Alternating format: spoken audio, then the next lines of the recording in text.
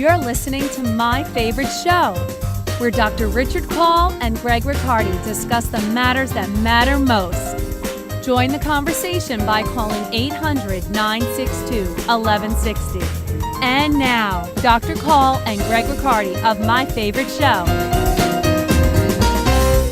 Okay, folks, thanks for listening. My name is Greg Riccardi here with My Favorite Show. I'm sitting next to my co-host, Dr. Richard Kaul. How you doing, Doctor?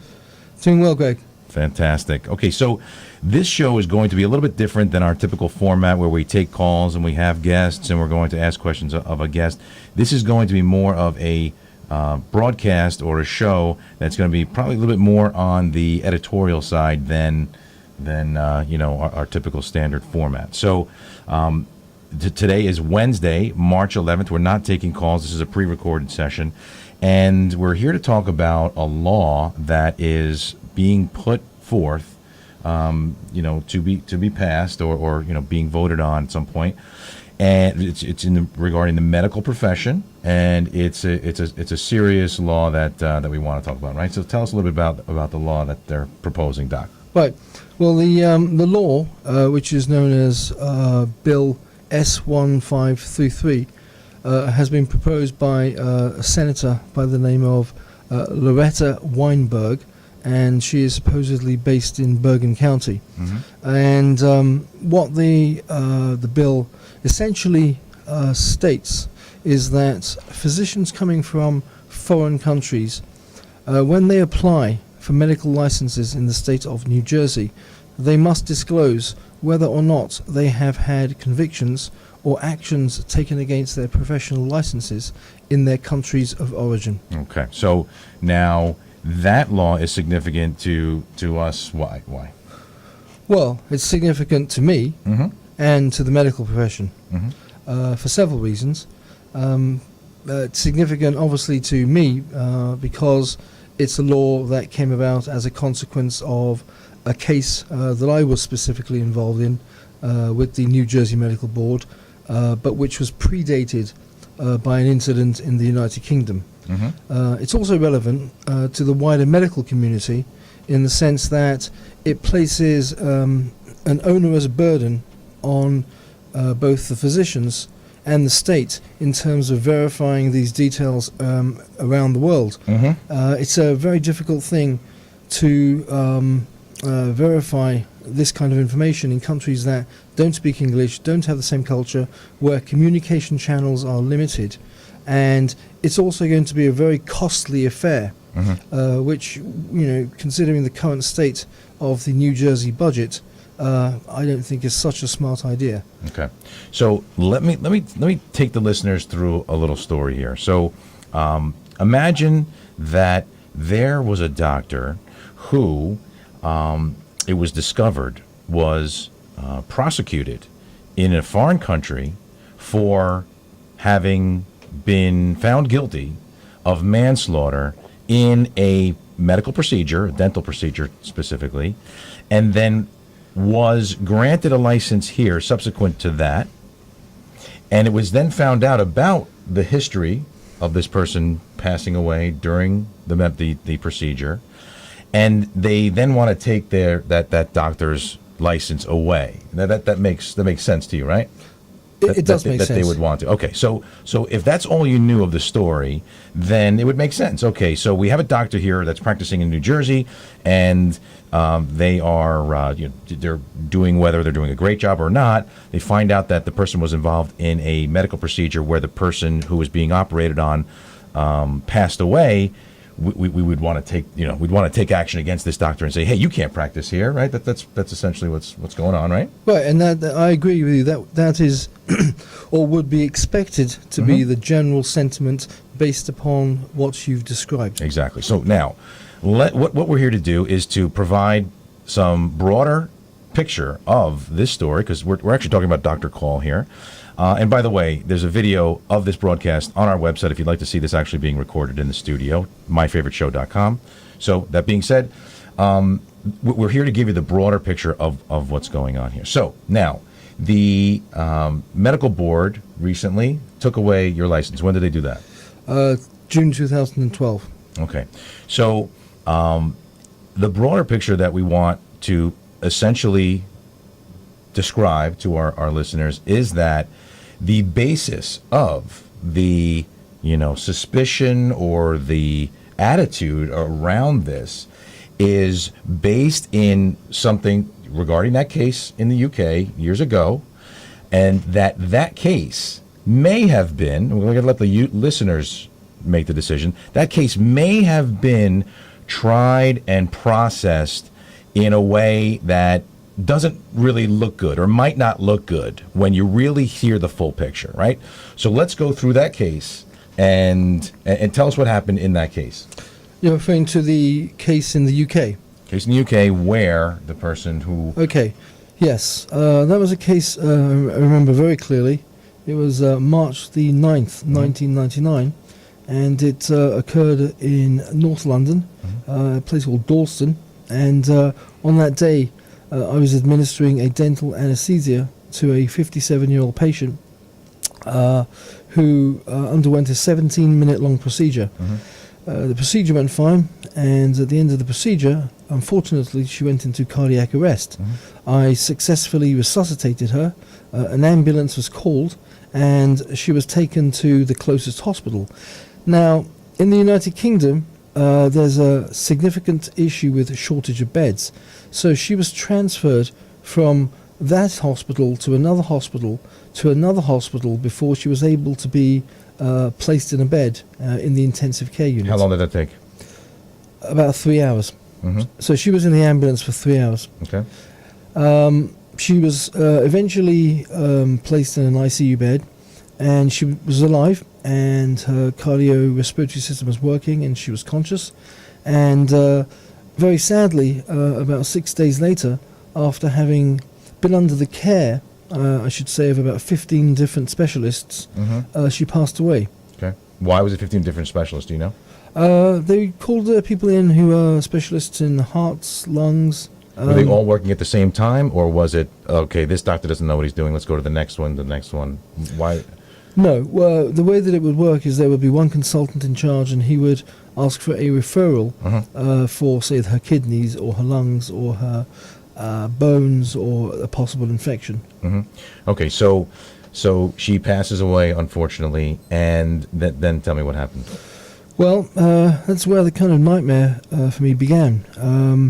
In the United Kingdom, they have a very different legal system, which I have to say, the British Medical Association is desperately trying to get changed. And it's quite often that when a patient dies under the care of a doctor in the UK, the doctor will be prosecuted criminally and will go to jail. And in fact, most doctors that do end up in that situation do serve jail time. Wow. Okay, so they had this case. Now, just for the moment, what do you contend the reason for her cardiac arrest was? Let's just get that out. In the trial and in the litigation of the trial, there were two competing theories. The defense experts that we retained, and we retained 6, one of them being the professor of medicine at Oxford, said that she had an underlying potassium abnormality, which was picked up when she was taken to the emergency room. And it was noted to be 2.3, which is very low, and is a significant risk factor for cardiac arrest. And I have been asked, well, why didn't you check that beforehand? And my answer, which has always been the same, is that in the United Kingdom, they do not pay for preoperative blood tests, and therefore there was no way that I could have obtained that information. So my theory, which I think was definitely the strong of the arguments, was that she had what was called a hypokalemic arrest. The alternative theory, which really didn't hold too much water, that was put forward by the prosecution, was that she was supposedly denied of oxygen, and that caused what's called a hypoxic cardiac arrest. And their rationale was that supposedly I was on a mobile phone, which during the trial was disproved when we had the engineer from the phone company come in and say no phones were being used. And that even led on to the prosecutor in the case accepting that there was no phone that was being used. Okay, so they contended that the phone was being used, and that's you were distracted by using the phone, and then how did that get into the press? That got into the press somehow? Well, yes. The courtroom was packed. It was a 4-week trial, and a lot of information was put forth. And, of course, there were journalists there. Now, they're meant to be responsible in how they write their articles. And, they, heard that, a cell phone or a mobile phone might have been used, but they also heard that, in fact, it wasn't used when the engineer testified. So when they wrote their papers or their stories, they had to have a headline. And it's kind of difficult to say patient has hypokalemic arrest. It makes no sense, as opposed to saying doctor on cell phone, patient dies. So it's a headline. It's a sensational headline, but it was a lie. Right. So now, just to be clear, and this is documentable, you have the documents of the case, right? I do. Everything. Okay. So an independent company came in and determined that the phone was not being used at that time, and it wasn't even in the room. Or what did they? Yeah, correct. What were their results? The name of the company was Orange Mobile Phone, Yep. and they had their engineers not only go to all of the towers that the signal could possibly have gone to, they tracked that. They tracked every incoming call, every outgoing call, and they even tracked any phone that I had ever owned at any point in a 5-year period, and found that there was no activity during the period that the patient was being looked after and during the period that the arrest was occurring. Okay, and this is again independently declared that this was not being used. Your phone was not being used. Yeah. It was independently declared, and as I said before, accepted by the prosecution. Okay, so now why would they still convict you if they have undeniable third-party proof that you were indeed not using your cell phone during the case? Well, this was Who made the accusation that you were? There was a dental nurse by the name of Michelle Lochman who had made that initial allegation early on, and people said to me, "Why would she say that?" And the answer is that a week prior to this event, she had been caught stealing money from the practice, and she had been put on probation. So she was not in a particularly friendly frame of mind towards me or the other owner of the practice. And my only conclusion is that this was her way of trying to create a problem for me. Okay.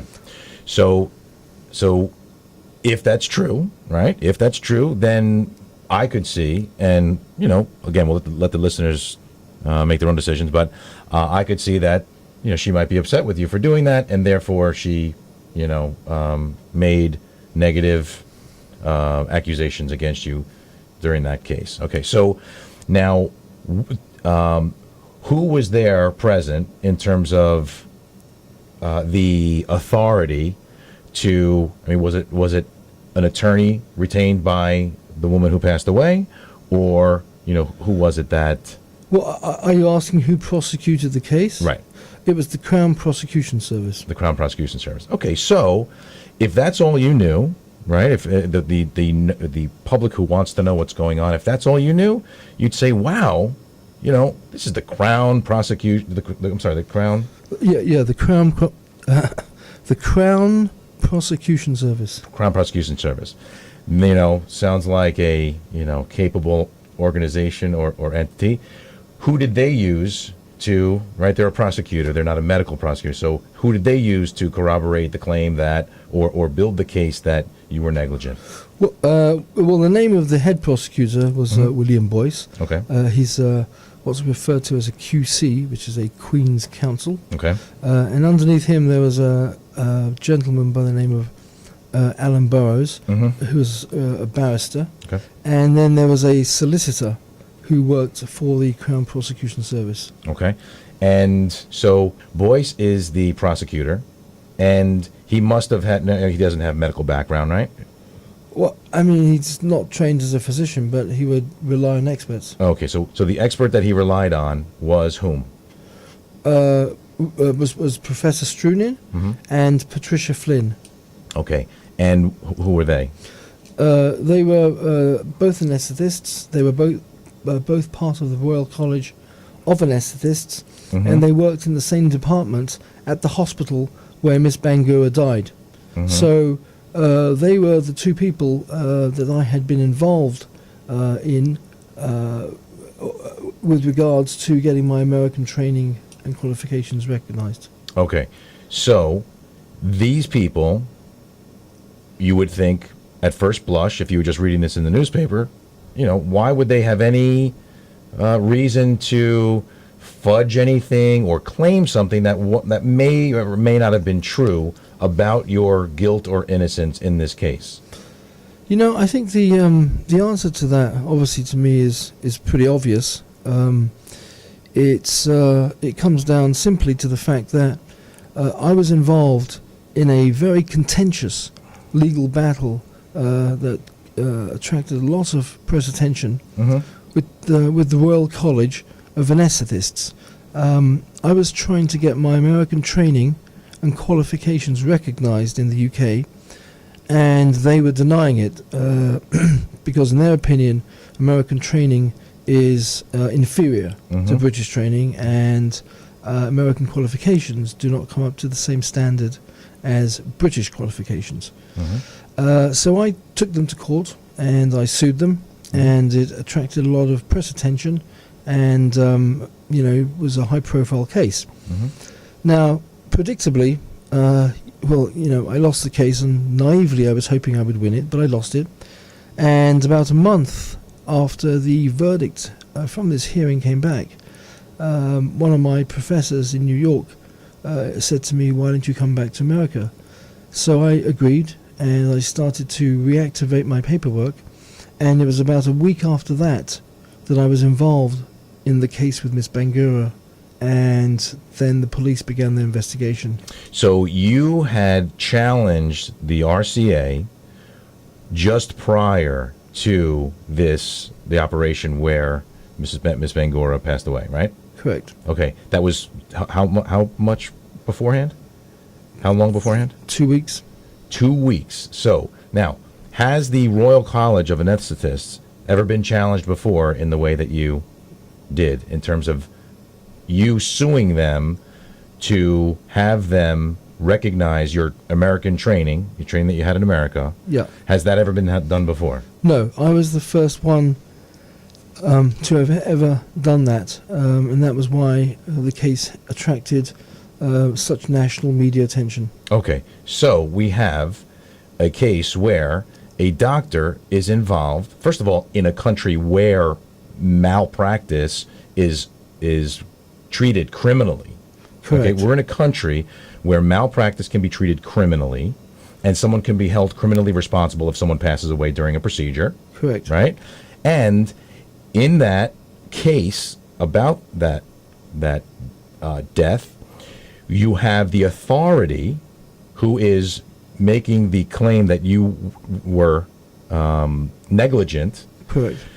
The authority is the same authority that you just sued 14 days prior to the procedure where she passed away. Correct. Okay, so I'm not going to make any judgments on that, but some people in the audience might see that, hey, wait a second, this case might be a little, steered in a certain way, because he just got off he just, where they're coming off the heels of you suing them in what could be considered an embarrassing case that someone's actually suing them. Right. And now you're on trial.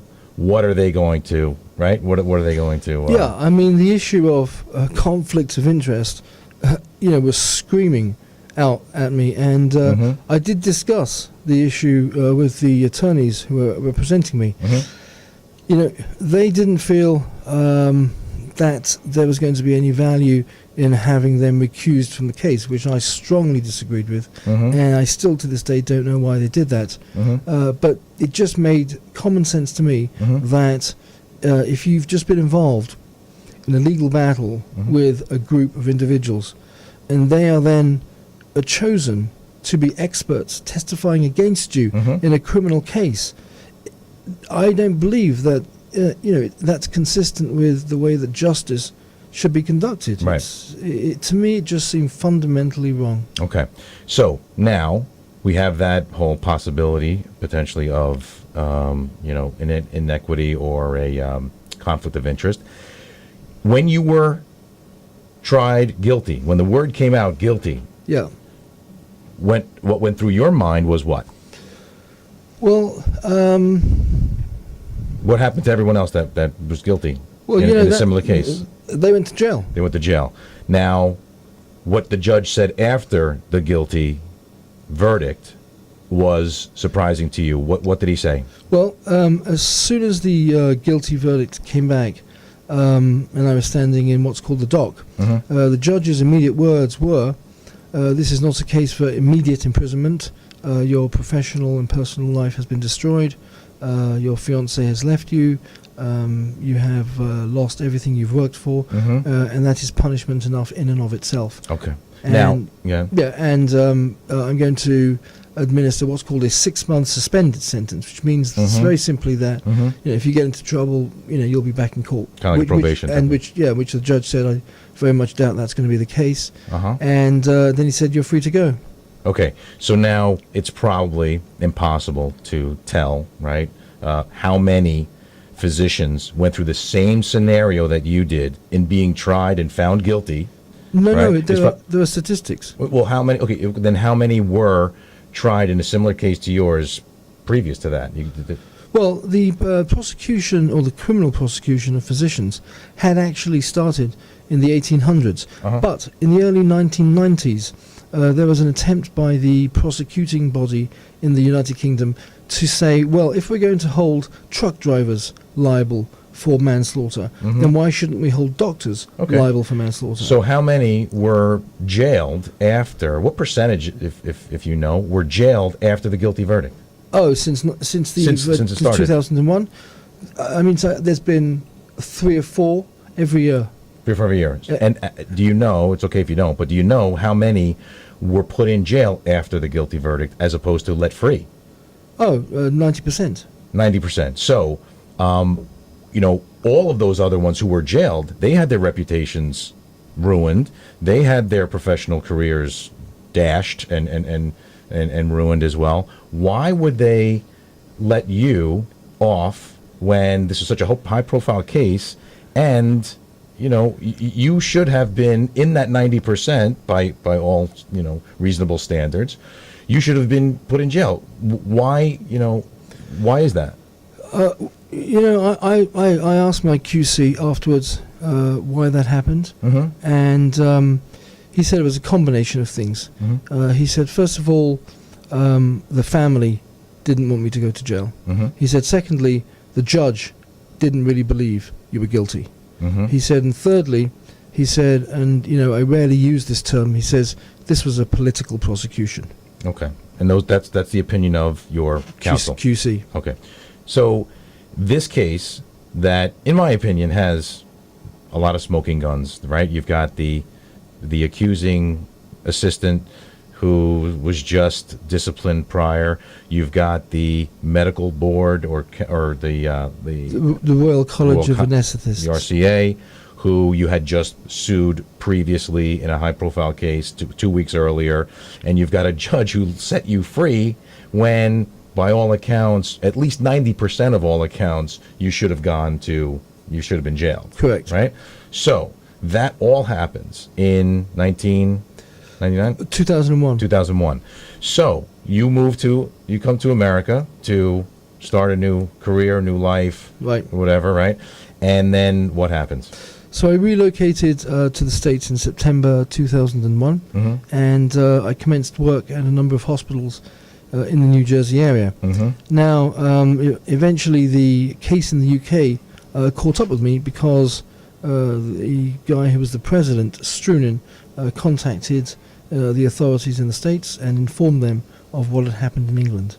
I then had to go before the medical board in 2003, and we had a full-day hearing during which the case was discussed in every aspect of the applications, the paperwork in for New Jersey, the case in England, and the medical board at that time decided that the only basis on which they were going to suspend me was the failure to disclose the case in England, but not the actual case. There was no basis, no legal basis for action, because there was no equivalent of that in the United States. And had that case occurred in America, it would, at the most, have been a medical malpractice suit, and would never have been dealt with in the criminal justice system.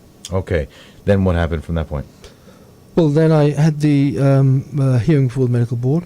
I underwent the 6-month suspension. I used it to educate myself in the field of minimally invasive spine surgery. I took as many courses as I could. That was an emerging area. And then I came back to practice in June 2004. And from June 2004 to April 2012, I built, what I would say was a very successful minimally invasive spine surgical practice in the northern New Jersey area, building a surgical center in 2011. Okay. So now tell me about your history with the patients that you served in New Jersey. Well, the majority of patients that came to see me, in fact, all the patients that came to see me had issues of pain, principally in the neck, thoracic, or lower back, the lumbar region. And I would use a variety of techniques to both diagnose and help them with their pain. So that would involve MRIs, CAT scans, X-rays, EMGs. Sometimes I would use epidural injections or lumbar facet injections. These are just techniques whereby steroid is placed into the back to help with the pain. And then on those patients that continued to be symptomatic or the pain got worse, I would perform minimally invasive discectomies, and then if they failed, minimally invasive fusions. Okay. So over this time period from 2002 to 2012, I performed approximately 800 minimally invasive discectomies and fusions, and I performed approximately 6,000 interventional pain procedures. So why were you found to not be qualified to do these procedures? Well, I don't think it's a secret to anyone who's been following the case what this really was about. This was a professional battle between two groups of physicians, the neurosurgeons and the interventional pain physicians, of which I'm one. And it was the opinion of the neurosurgeon who testified against me that I was not qualified to perform these procedures, despite the fact that neither was he. And minimally invasive spine surgery is a relatively recent addition to the spine armamentarium. And so the way that I had obtained my training was by going off and doing mini fellowships, spending a lot of time doing weekend courses, hands-on cadaver training courses. And as I said before, this was exactly how their expert did it. He in fact started later than me. So that was the basis of their allegation, but there was really no substance to that basis. There were no standards with regards to training and education. And again, during the hearing, their expert admitted this. So and just, sorry to interrupt, Greg, the reason, the example that I always give to people when we're talking about spine and this issue is look at cardiac care. 25 years ago, when most people had a heart problem, they had their chest cut open and they had their valves or their coronary vessels fixed. Today, 95% of people will go to an interventional cardiologist who will insert a catheter into the vessel and fix the blockage. Right. Now, how many, you were trained in this, right? Correct. How many have been done or were done prior to the operations or procedures you were doing? Any? By anybody? Yeah. Well, some of the minimally invasive discectomies were done by other doctors who'd started in the mid to late 90s. But I was actually the first doctor in the world to perform what's called a minimally invasive outpatient fusion. So that's it's a particular procedure that's carried out on the spine. It's known as an interbody fusion, and I was able to work out a way to do it in an outpatient setting. Okay.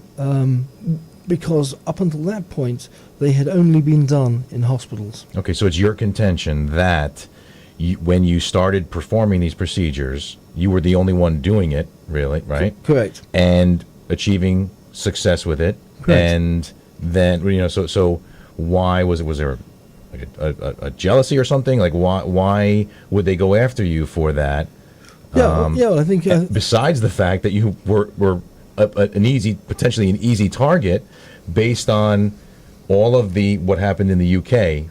Yeah, well, I think you're right. The case in the UK definitely put a big black target on my back, without question. I think the issue of professional envy and jealousy is a big factor in medicine. That happens a lot. You have to understand that most medical businesses operate like cottage industries. They're not conglomerations. So they're all competing with each other for patients. Right. And the fact that I was building a successful practice, the fact that I was an interventional pain physician doing these procedures, in very simple terms, I was taking their business away, but I was doing it well. Okay, and these were the people who went after you in terms of taking your license away. Correct. Okay, so then there was, probably pressure on the government. Yep. Again, using the history in the UK as the background to say we have to get rid of this guy. Yeah, look, what you're contending. Yeah, I mean, it's absolutely, it's so predictable and painfully obvious that it's easy to paint me out as the bad guy. Right. Oh, we've got this guy. He was charged with manslaughter in England, and then he comes here and he starts up this practice. I mean, it's a chain of events that. So I knew exactly what was going on. So the people that kind of like reacted to that, in my opinion, did so without really investigating, first of all, what the case in England was, who I was, and what the practice was about. Right.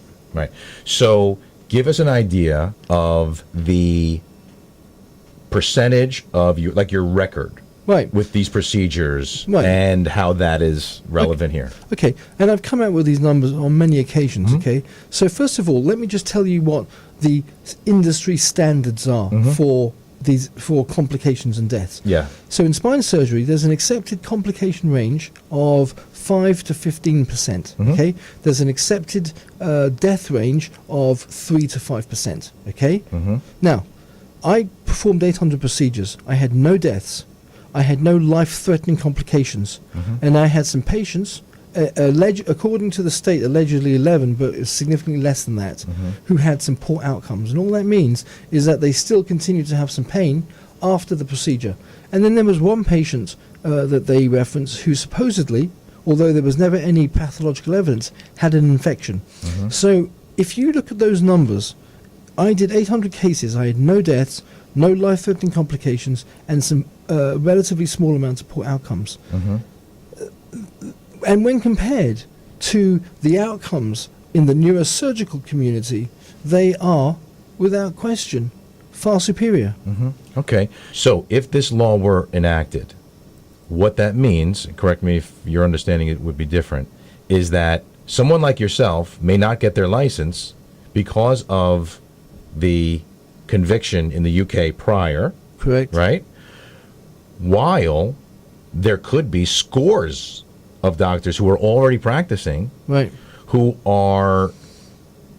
have horrific numbers, right, but weren't prosecuted because in America that we don't prosecute, we litigate in terms of malpractice. Right. So those doctors who could have a far worse, a terrible track record could continue to practice, yet someone like yourself who has very, very, very few complications per 800 that you've done, very successfully, you wouldn't be able to practice, and they would. Correct. And that's the absurdity of this law, is that here in the state of New Jersey, and I know this for a fact because I'm still in touch with the medical community, there are a significant number of deaths that occur in hospitals and in surgical centres. These physicians do not lose their licenses, they do not get prosecuted criminally, and all that happens is what you said, is there's a legal lawsuit. So, from a personal note, I do feel as if the case that I went through in England was blown out of all proportion, okay, and that it was used as the basis for the suspension of my license here.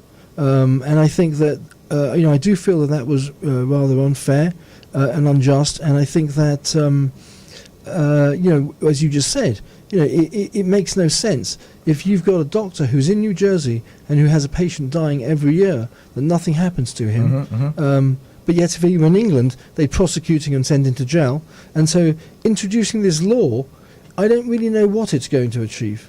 I mean, there's already a shortage of doctors in New Jersey.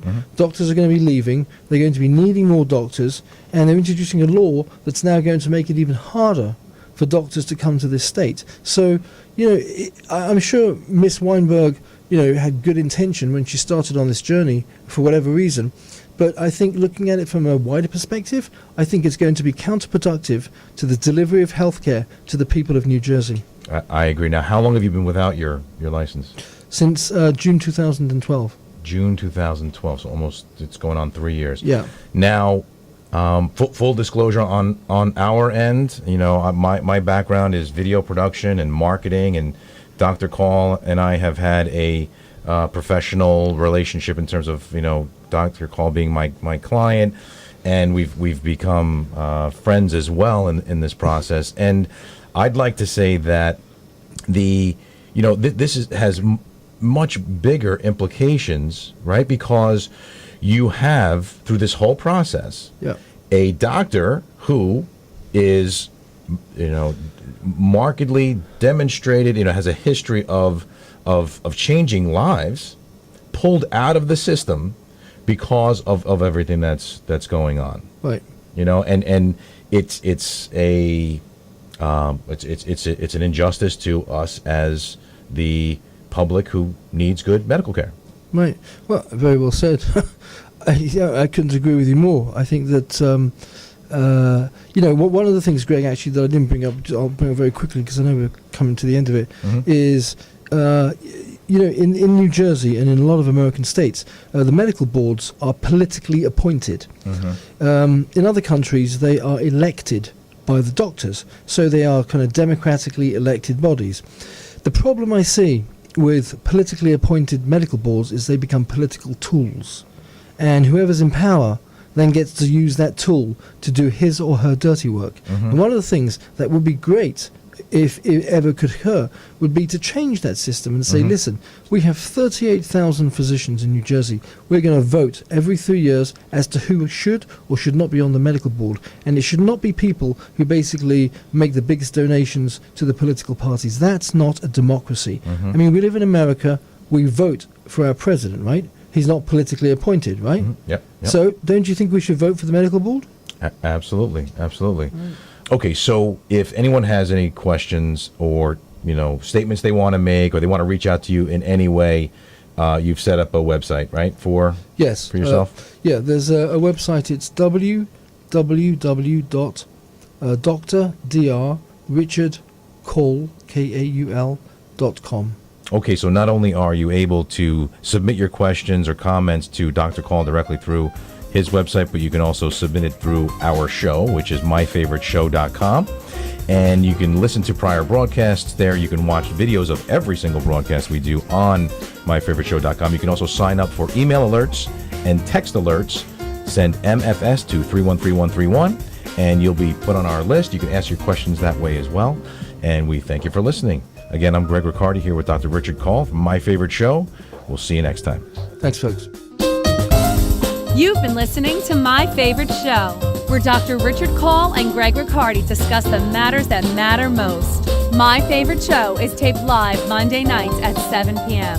To watch the video of this broadcast in the WVNJ studio, visit MyFavoriteShow.com.